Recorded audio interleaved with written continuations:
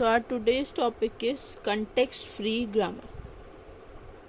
पिछली कुछ वीडियोस में हमने रेगुलर ग्रामर के बारे में पढ़ा. अब हम देखेंगे कंटेक्स्ट फ्री ग्रामर यानी कि टाइप 2. तो ये एक फॉर्मल ग्रामर होती है. ये जनरेट करती है जितने भी all possible pattern of strings जो कि एक पुश डाउन ऑटोमेटा एक्सेप्ट करता है. रेगुलर ग्रामर को एक्सेप्ट करता था फाइनाइट ऑटोमेटा और कंटेक्स्ट फ्री ग्रामर को एक्सेप्ट करता है push down automata. Push down automata जो होता है वो पावरफुल होता है फाइनाइट ऑटोमेटा से.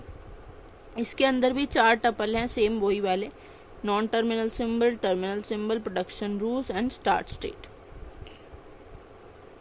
बस चेंज यहाँ पर है प्रोडक्शन रूल में.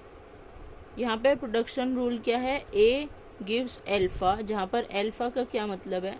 वी यानी कि non terminal symbol union terminal symbol closure and a belongs to V. मतलब कि इसमें हमारे नॉन टर्मिनल सिंबल भी आ सकते हैं, टर्मिनल सिंबल भी आ सकते हैं या फिर एप्सिलॉन भी आ सकता है, मतलब कि कोई भी सिंबल नहीं आए.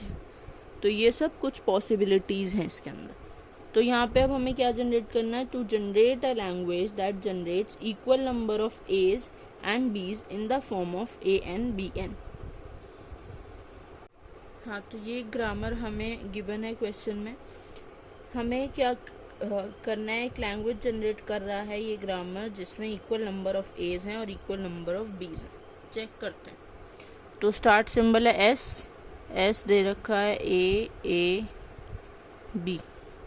प्रोडक्शन रूल 1 से ए जो कैपिटल ए है वो हमें क्या दे रहा है? ए बी और लास्ट का बी है एज इट इज. ठीक है.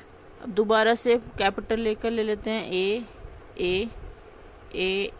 बी और एप्सिलॉन भी दे रहा है. तो ए